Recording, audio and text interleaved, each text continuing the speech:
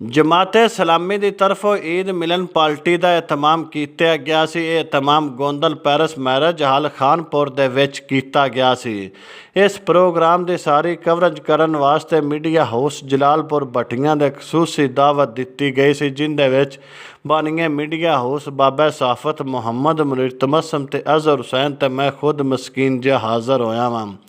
असी जिस टाइम उत्थे पहुंचे उन्हें साडा बड़ा अच्छा वेलकम किया। हमारे जिला हाफिजाबाद के अंदर सबसे मीडिया का मुअस्सर किरदार अदा करने वाले हमारे मीडिया के साथी मोहतरम मोहम्मद मुनीर तबस्सुम साहब, जो कि ARY न्यूज के साथ हैं, और पब्लिक न्यूज के नुमाइंदे मोहम्मद अजहर हुसैन साहब, और आप लोग इलेक्ट्रॉनिक मीडिया और सोशल मीडिया की जीनत देखते हैं चौधरी बाबर शेखरानी साहब तशरीफ लाए हैं।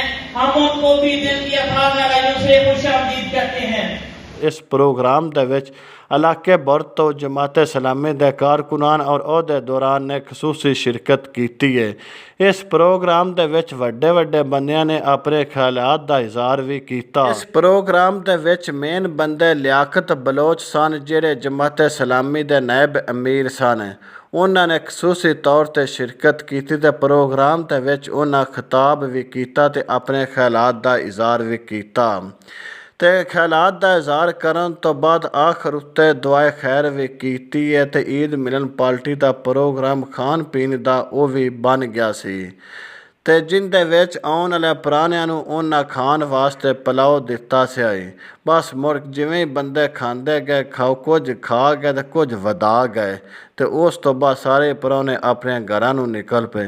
असीं भी अपने घर नूं निकल पे ते बाहर निकलदे ये चाचे उरी सन जिहड़े सानूं इत्थे मिल पे ते आंदे असीं तुहाडे बड़े वड्डे फैन हां ते असीं तुहानूं दावत देने तुसीं मेरी फैक्ट्री विच आओ ते मैं तुहाडी खिदमत करना।